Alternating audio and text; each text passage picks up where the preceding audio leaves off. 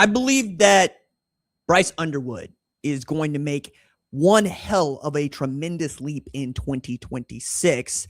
And a lot of that is because, well, Urban Meyer is actually right about what has gone on with Bryce Underwood at Michigan. And I can't help but notice the quarterback coach and the offensive coordinator that are developing Bryce Underwood now, as well as the skill set. Let's talk about it after the bumper.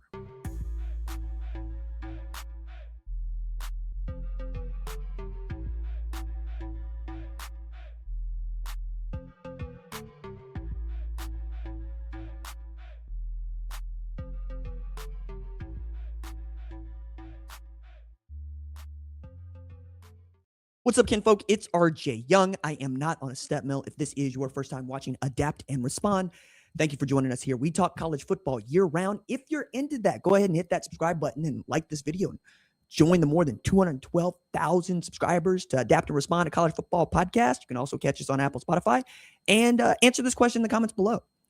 Do you expect Bryce Underwood to be a 3,000-yard passer and a 700-yard rusher in 2026? I picked those numbers out because they're not that far off from what John Mateer was able to do at Washington State, and I don't think they're that far off from what Bryce Underwood is actually capable of doing it in the Big Ten. I believe Bryce Underwood is a much more talented quarterback than John Mateer. John Mateer is a shortstop who plays quarterback, and that's good enough to win you 10 games and get you to the college football playoff. Is it good enough to win you a national championship? No, not what he showed last year. Bryce Underwood, on the other hand, has a very high ceiling because not just starting as a true freshman, but playing pretty damn good, all things considered, as a true freshman as well. But the question that has been raised about him more often than not is Bryce Underwood underdeveloped as a quarterback? And Urban Meyer seems to think that that's exactly the case. He's actually said this on his podcast. There are some concerns about Underwood's development, but there's also God. If God said, I'm going to make a quarterback, it's going to look a lot like Bryce Underwood. Are there some things missing? Sure. He got thrust into a really bad situation. Somebody somewhere is going to say, how the hell did this happen some years later? But he said it just made no sense. You're going to invest millions of dollars into a quarterback and then not have a full-time guy responsible for developing him. Didn't really have a quarterback's coach. Quarterback's coaches with young quarterbacks means everything. He goes on and means it's nonstop training at position. It's nonstop. You cannot take a day off. And you thrust a young kid into that environment. I always take the side of the player, and I'm going to say the new Michigan staff will develop him. Now, he also has a very close relationship with Kyle Whittingham, who is head coach at Michigan. And for those of you that are new to college football, Urban Meyer was head coach at Utah when Kyle Whittingham was defensive coordinator. Meyer left to go to Florida.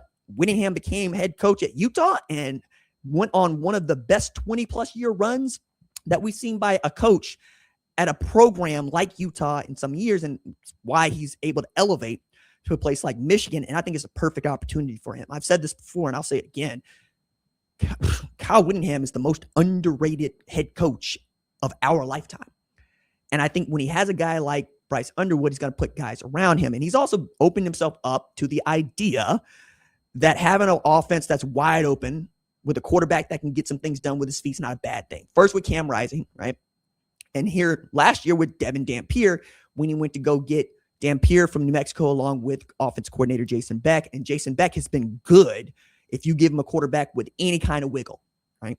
So last year, Underwood played all 13 games, started all 13 games, threw for 2,400 yards, 11 TDs with 9 interceptions, no quarterback coach. Also rushed for 392 yards, and that's not sack adjusted. I'm sure it's higher if it's sack adjusted, hence my 3,700 question that you should answer in the comments below.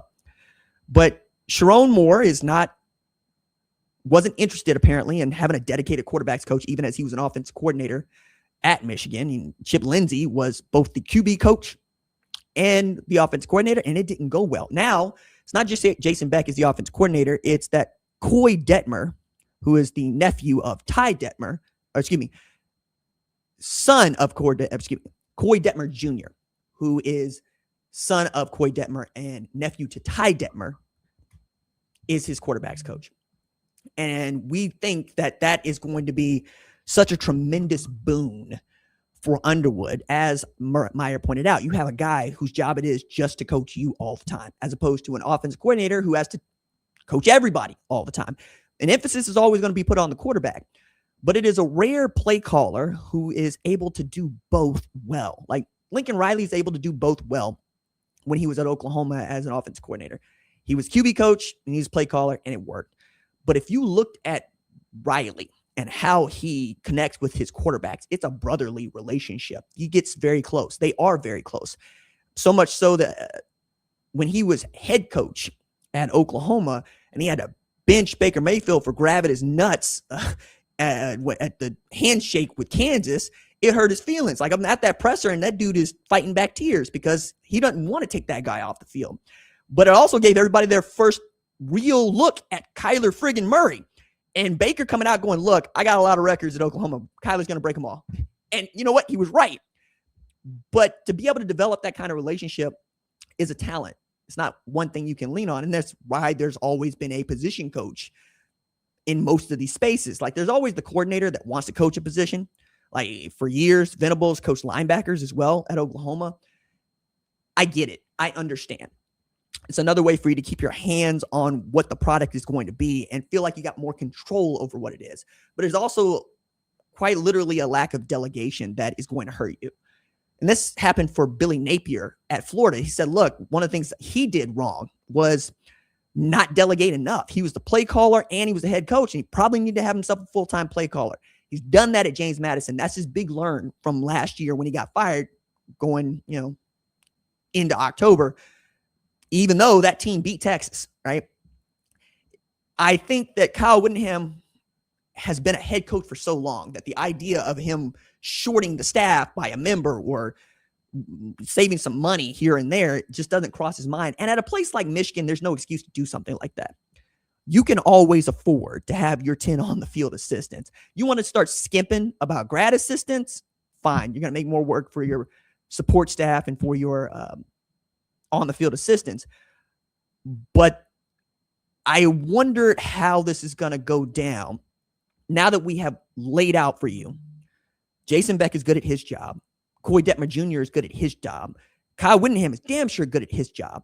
And it feels like they've added more guys that are going to help him. Like, I'm making this about Bryce Underwood, but the guy that I'm so excited about that's actually going to help him and help his development most, Savion Hiter. Like, Jordan Marshall's a dude, right? Justice Haynes was a dude before he got hurt. Savion Hiter is that caliber of Michigan tailback that can take you to a Heisman Trophy and a national championship. He's that good. Are they going to hand him the ball that much? Not this year. But I think kind of like Bo Jackson at Ohio State, last year, you're going to see him start to emerge, and it's going to be different. Andrew Marsh being over there, it's going to be different. And I think the development is going to be so stark that it's going to be difficult for anybody to miss.